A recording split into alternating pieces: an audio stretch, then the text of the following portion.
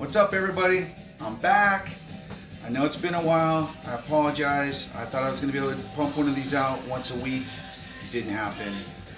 Real life got in the way.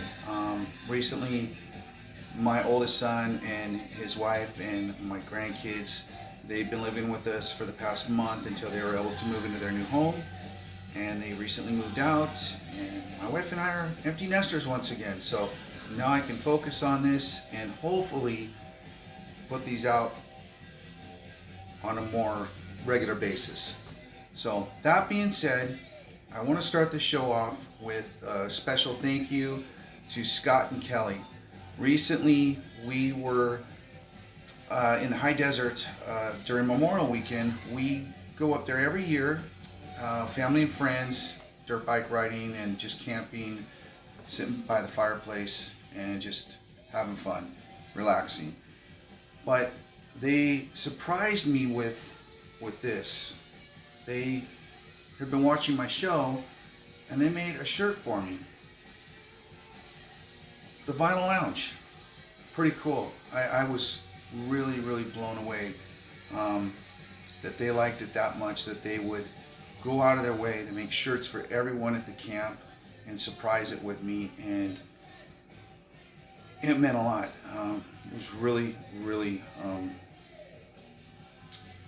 cool, and I thank you guys for that, and I want to dedicate this episode to you guys. Thank you so much. And for anyone who's out there listening, if family or friends or just listeners, if you would like one of these shirts, I have a few extra. Again, hit me up. I think they're all extra larges. Yeah, just hit me up and I'd be happy to send one to you if you want one. And thank you again, Scott and Kelly. So let's start off with an oldie. And I want to say this too. I've got a wide range of stuff to cover today. I will try to cover it quickly. I don't want to keep everybody, I don't want to make a real long video, and I know people don't like to sit through super long ones. So I've got oldie but goodies. I've got stuff from my childhood, teenage years, obviously adult life, but got a wider range. So hang on tight. So we'll start off with this. So obviously I live in Southern California, and I don't know if people on the East Coast, Midwest are familiar with Art Laboe. He's a famous DJ here in California, really big in the Hispanic community. My wife is Hispanic, and he plays really nothing but oldies. And this is volume 4, oldies but goodies. And there's different variances. I forget what they're all called, but it's basically greatest hits and a lot of special request type songs that he does on his radio show. And I wasn't really into the oldies. That's real old, and we're talking like 50s and stuff like that. I mean, I like some of it. My dad used to listen to a lot of oldies, and you know, as a kid, I wanted to hear Kiss. I didn't want to hear Fats Domino and shit like that. But so being with my wife, I've grown to appreciate it and like not all of it, but a lot of it.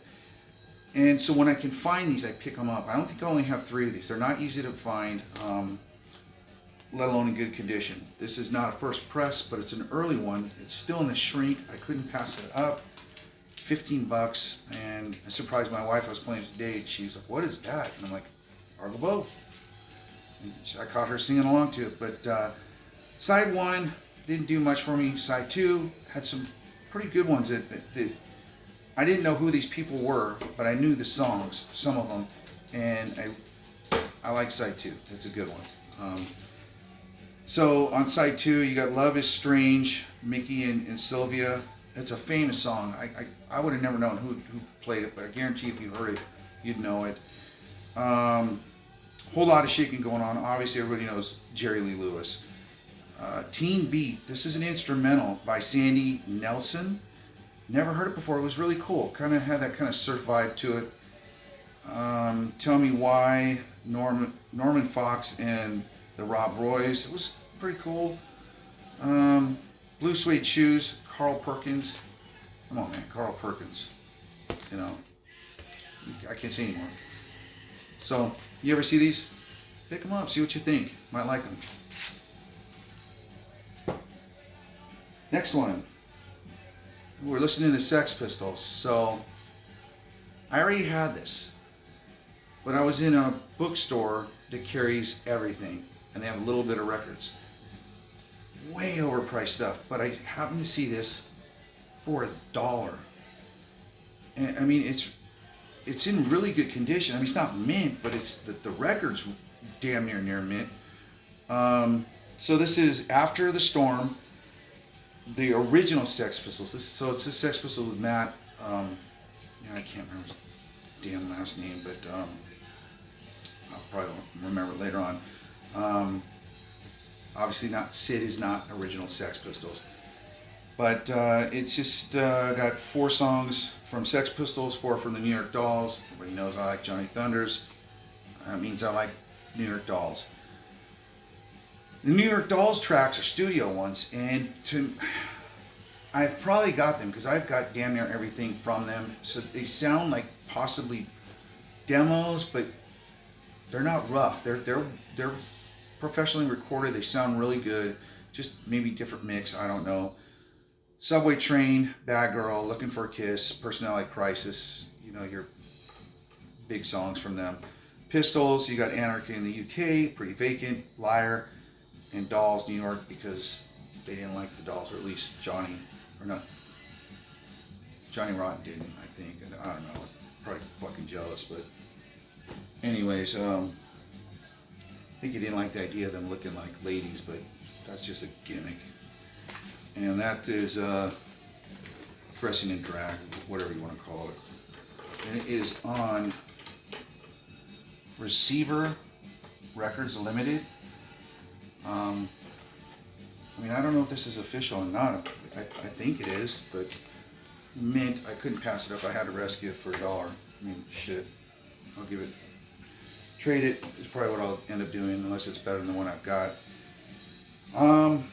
So like I said, I've got a wide range, and so most of these records I picked up at my local shop. There's a few that I picked up online, but like I said, wide range, and I do like jazz. And I ran across Monk's Greatest Hits. I don't have anything from Thelonious Monk, so I thought, hey, well, where better to start than the Greatest Hits? You know, it's not mint, $10. I couldn't pass it up. A little bit of ring wear, but you know, I thought it'd be a good starter. I don't know what to think of it. I've only listened to it once, and I gotta be honest, I wasn't blown away. There was a few songs I did like, but it's not. It wasn't like listening to Miles Davis or early Miles Davis and things of that nature. I'm not saying it's not bad. It's just like I think I've got to get a few more listens. I think maybe it might grow on me. Let's see, it's on Columbia Records, the red label. It's good, but I don't know. I just don't know enough of Monk yet to give an honest, fair opinion. So my next one from my childhood, Kiss Dynasty. I am positive this was probably the last record that I purchased while into Kiss. And I kind of know why, because the first side of this record, I listened to it and I'm like, okay, not liking it. This is disco era Kiss. Second side was much better, and it kind of saved it for me. Originally, this came with a poster. It doesn't have it, but it's got the original record sleeve. And the poster, if I'm not mistaken, basically looked like the record label, if I'm not mistaken. I'm pretty sure it was. Doesn't matter, but not like I'm going to hang it up on the wall. But yeah, I still collect Kiss. It brings back good memories from my childhood, and yeah, it's Kiss. It's cool. It's not always the best music, but I dig it. And another one from my childhood that my mom will probably get a kick out of. So when went into junior high, my mom and dad got divorced, and we went to move to my grandparents' house. She had a little red Fiat, and we would play 8 tracks in her car, like The Police and Pat Benatar, and this was in regular rotation in that car. This was one that we all liked. It's just a great album. Its cover of Helter Skelter I thought was really cool. Take It Any Way You Want It I think was one of the ones I liked, and Precious Time was a really good one. But $6, I mean, this thing is pristine. I couldn't pass it up at my shop. And again, I mean, it just brought back so many good memories of so long ago when I was a kid, but on Chrysalis. So this one goes out to you, Mom. And let's see, another one. So this is early teens. I probably was still in junior high when this one came out, Missing Persons. And this is going into the new wave era. Everyone liked this, at least Southern California, and I think that's, if I'm not mistaken, that's where they were from. But the hits on this one was Destination Unknown, Walking in LA, and Words. It's just good new wave. It's really cool. Still in the shrink. Picked it up really cheap online. Let me see, here's the original record sleeve. And it's on the Capitol Rainbow. Great condition. I couldn't pass it up. I think it was, I don't know. No, I think it was under $10. I think I picked it up under $10, so I couldn't pass that up. And in my local shop that I go to, I saw this, and I am positive that I watched someone in the VC show this at one point. Scars. I can't remember who, and I apologize if you're watching, but so I had to pick it up because first of all, I just dug the artwork. So I've got the EP and the full-length record, and I've never seen them before. So I think those are the things you want to pick up, are things that you haven't seen, or if you have never seen them before, and they're just, pick them up, give them a try. I mean, it wasn't that expensive for the both of them. Matter of fact, they belonged to the shop's manager, who I'm friends with. That was his personal collection. He just kind of weeding things out, and pretty cool. I mean, it's post-punk. Really, I think it's more kind of new wave-ish, but this is all they did. They kind of imploded after this. I want to say that they're from Ireland, possibly. I think they might be from Ireland. I know they're a UK band, but pretty cool. Check them out. It's not the best new wave, but it's cool. There's some tracks on there that are really good.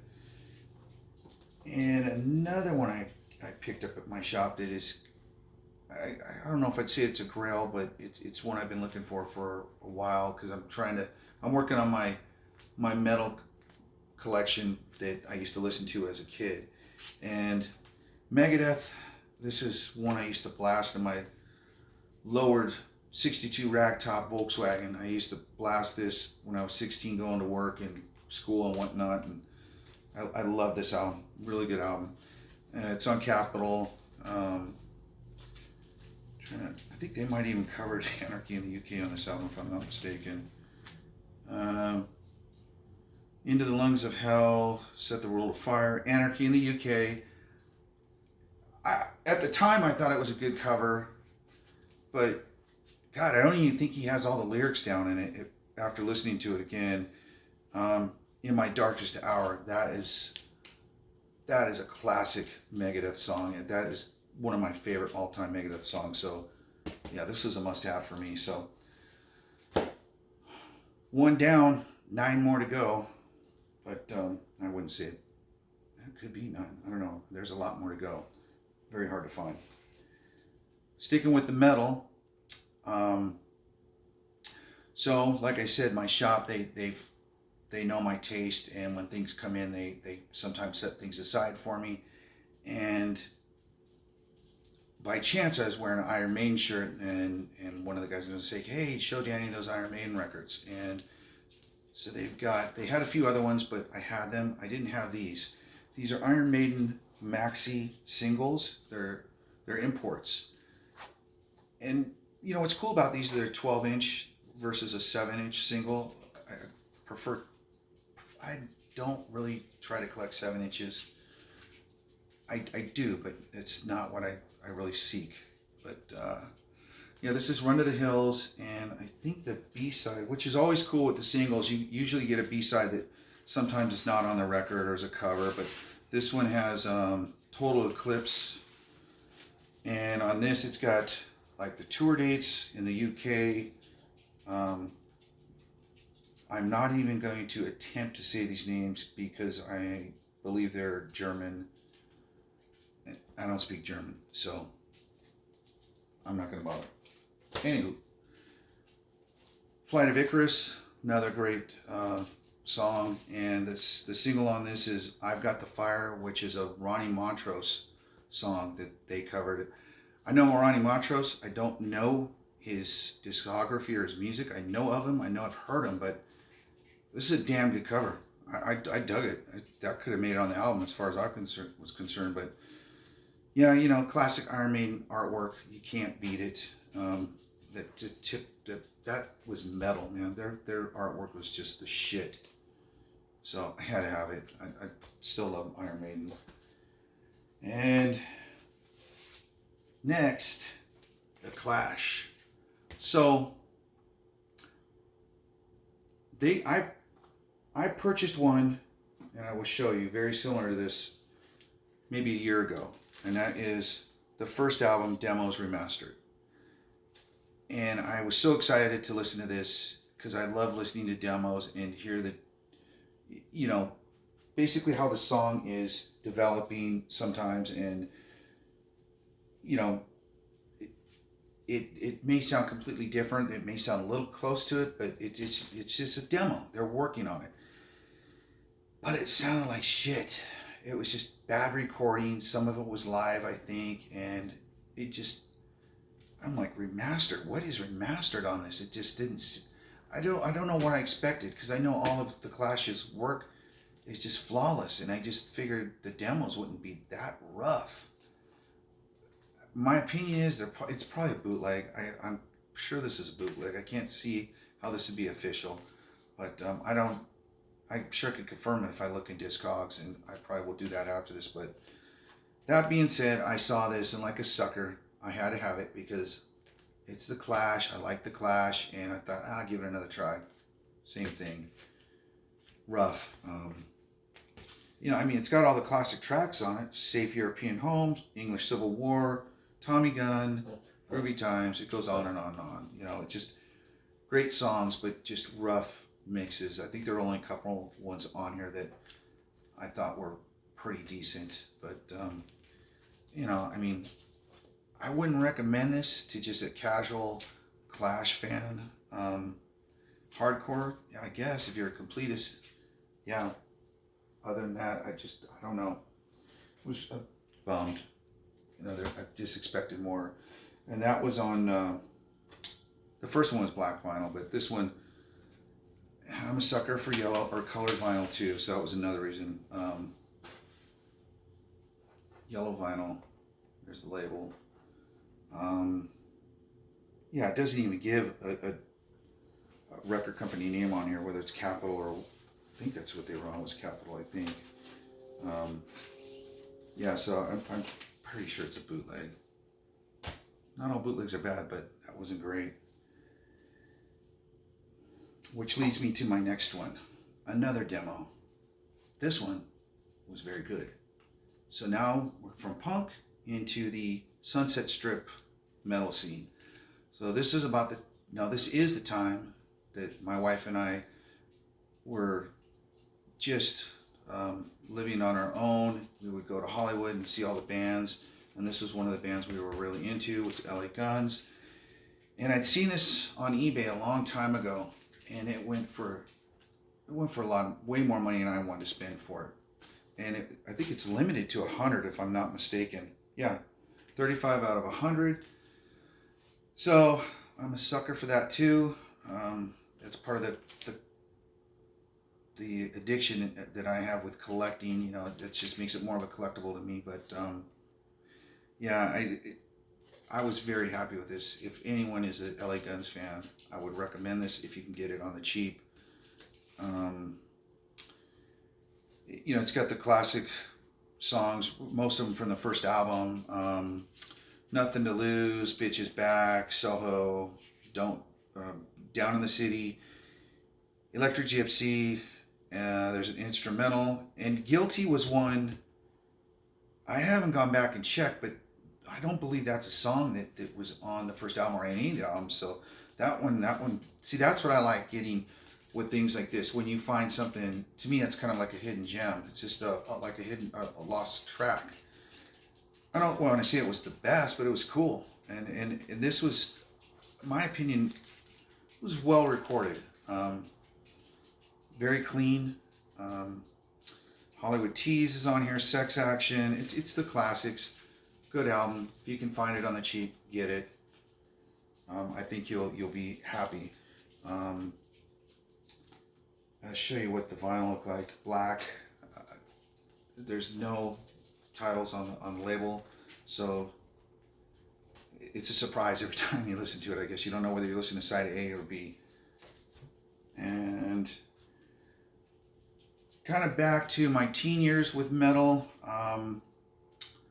So there's a band called Keel, and my brother and I and my buddy were really into them at the time. There was an album before this that was really popular, and the video they'd done, the Right to Rock, it was in heavy rotation, and it was just fun metal. You know, it was cool, anthem type song, and you know, I saw them during that tour, and I've had that album, and I thought, you know, I'm trying to build my old heavy metal collection up, and so I started looking for these, and I found this one fairly reasonable, still in the shrink, so I had to get it. I think I have one more to go. I think the very first one, and I'm done with Keel.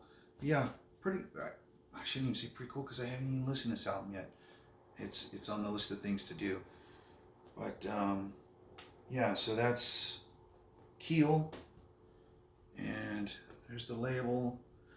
Damn, label reminds me of the Muppets. I don't know if you guys ever seen like the cover of the Muppets movie or something like that, but I see that and I think of Muppets. Kind of stupid, but whatever. Now we're gonna totally switch gears again. NoFX. Back to the punk. This is a reissue, a recent one, and the thing that's different is the embossed, I don't know what you want, silver, chrome, mirrored, whatever. It's live. I'm not too big on live albums, and it just never interested me in the past. But when I saw this, and when I show you the vinyl, it caught my attention. So you know, if I get it on the cheap, and I got it for a fairly reasonable price, I'll pick it up. It's got exactly what you'd expect to hear from them live. Linoleum, You're Bleeding, Moron Brothers, Kill All the White Men, Together on the Sand. It goes on and on. You know, it's exactly what you expect to hear. The quality is good. Good live one. Just one to add to the collection. What I thought what was really cool was what the vinyl looked like. This is what kind of sucked me in, because again, I'm a sucker for the color vinyl. I thought this was pretty cool. Kind of that red, white, and blue splatter. It's America, man, right there. Yeah, that was cool. So I picked that one up. Add that one to the collection. And this is a band that I talked about in I believe my second episode. It is a band called the Skeggs out of Australia, 3-piece band, kind of surf poppy punk band, Um, really, really cool. Again, if you haven't checked them out and you like that kind of music, I think you will dig these guys. It's really fun to listen to, sing along to. And this was actually the song that was my gateway into them, was the song called LSD. I don't know what the hell that stands for because I don't think it's LSD drug, but I don't know. It's just a good damn song. And I'll show you what this is on Loma Vista? Loma Vista Records. And I believe this came out this year. I believe it's a reissue. I think it was on CD maybe at one time, but so this is Baby Blue. There's the label, Skeggs, Loma Vista. Really cool. Every song on here, there's not a bad one on them. I don't know of a bad song that they've ever made. I really, like I said, I can't say enough about this band. I really enjoy listening to their music, and I think you might dig them. Check them out. So, last but not least, I have a Grail. So, for those of you who don't know what a Grail is, it's basically the top of your list, and like the Holy Grail. Now, that can be debated. Grails are usually, technically, a Grail is something unattainable. Everything is attainable now with the internet. You can buy it if you got the money. But I like to haggle. It's a thrill of the hunt, and the more money I can save, the more money I can spend on other records. So it took me a while to find this at a reasonable price. This is an original Heartbreakers LAMF record. Extremely hard to find in good condition. This is a French press. I believe the variance on this is because it's more of a glossy finish, is basically what I read. But if for people who are not in the know, what I've read is that Johnny Thunders was very unhappy with the sound of this record. And I agree. I have other versions of this. This record sounds like shit. It's terrible. It's very noisy. It's snap, crackle, and pops. And the record is mint. There's not a scratch on it. I cleaned it myself. I took it to my record shop. They have a professional cleaner. He gave it a good cleaning. Made very little difference. It just sounds terrible. And I don't know, maybe I got a bad one, but I've heard that it's notorious for sounding terrible. This is on Track Records.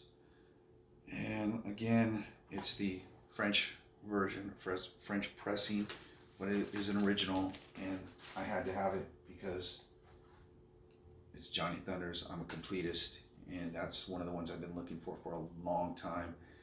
So I had to have it. But yeah, so any of you that are Thunders fans, I've read it and now I've experienced it. I don't know, maybe there's some out there that sound great, but that one sounded terrible.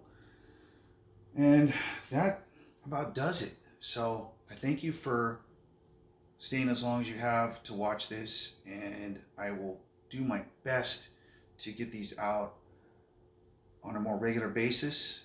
And again, I want to thank Scott and Kelly. Thank you so much for the shirts and what you did during the vacation that we had. It meant so much to me. Thanks again, guys, and I'll see you next time.